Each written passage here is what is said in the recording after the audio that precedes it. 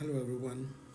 Off and on, I interact with you to uh, teach you something that I had learned in years because I firmly believe that the more you share the knowledge that you had learned, um, the more stronger and confident you feel while talking about it. So today, one of my very good friends, he's a pilot in the Pakistani Air Force. He actually gifted me this book. You probably had watched so many TED Talks. And once I was actually going through this book, it's all about how you can be more effective in your talking. How can you be more influencing in your talking? How can you make people do what exactly you want them to do? How can you communicate yourself in a better way so that the output frame that you develop or you actually make in your brain, that actually you get out of that person who is being tasked to do that particular assignment. Before I should advise you to buy this book, let's have a little chat. Our national language, I mean, the language that we have been speaking since childhood, since our birth, is not English. Let's accept it. English is, in fact, a learned language. We actually, throughout our lives, we actually run after words and their meanings and their interpretations. This is how we learn English, and the more we practice it, the more better we feel to express ourselves in this language.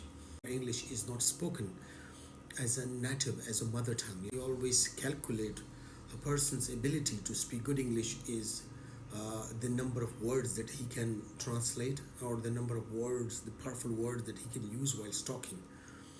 Criteria of somebody who should be good a speaker in English is not the number of words that he knows, but the number of interpretation that a person knows about that particular world. You know, the meaning of a word in normal English is completely different than its meaning and interpretation in psychology. If you buy this book and start reading it, you might not love it the way I loved it. The way I gained from this book while going through, and you probably won't get that benefit out of this book if you go through it. You know why? I know the different words, the numerous words used in psychology and its interpretations, and how it's used and how, what does it mean? For example, if there is something they talk about the defense mechanism of a person, so my interpretations of defense mechanism of an individual and his personality or her personality will be completely different in the way you would perceive that word. There'll be something that they would talk about depressions. Somebody is depressed, somebody is inferiority ridden, somebody is materialistic, somebody is selfish, is a self-centered or a self-seeker. Then its interpretations will be completely different in my brain than as compared to yours.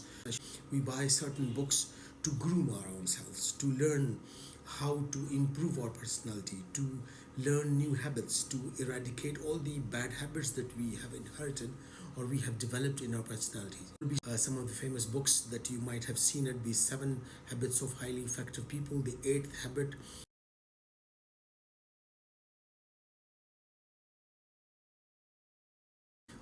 the Speed of Trust.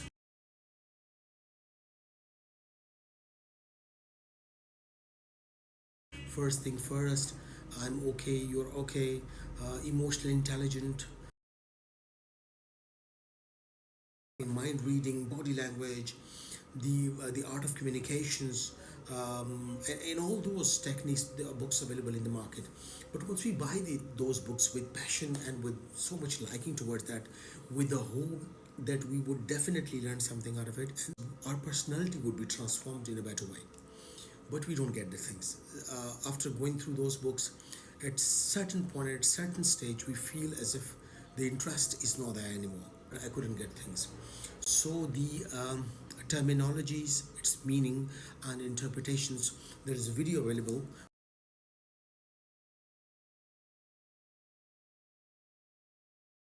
that is available that we usually use in our daily lives.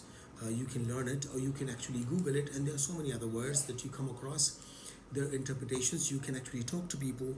Those people who have learned a little bit of psychology, they would be in a better position to make you understand it. So today, this book is about how we can improve our communication, how good you are when you talk to people with your group, or when you talk to a deputy president in the interview, or a psychologist in PTP, how you can make them feel impressed by your personality. This is what is your priority number one over there, and there should be no doubt about it. So our communication is comprising of three things: the tonality, body language, the gestures, and the verbal content, the words that we use. I would not specifically talk about the body language right now, but I would just talk about the tonality. Actually, tonality is 38% out of 100, and the verbal content is 7%. So 45% is the whole verbal thing in our communication, the way we impress people. So today I'm going to talk about it, and the there are certain things when we talk to people. Like for example, what did you observe out of my communication? Number one, how clearly I speak, the volume of my voice, the pitch. The pitch mean how are you, how are you? The pitch, the loudness, the number of words per minute that I speak, and the pauses that I give to make you understand. The pauses I give to make you understand. This is how it works. So we are going to learn about it. Okay. The next videos, actually, I think the more you would know it, the better you would feel. The better you would feel about your own self, and that is where your self-image or your self-esteem would be. You would actually feel a bit of improved version of your self-esteem, and that good self-esteem would boost up your confidence, and that confidence would make you successful.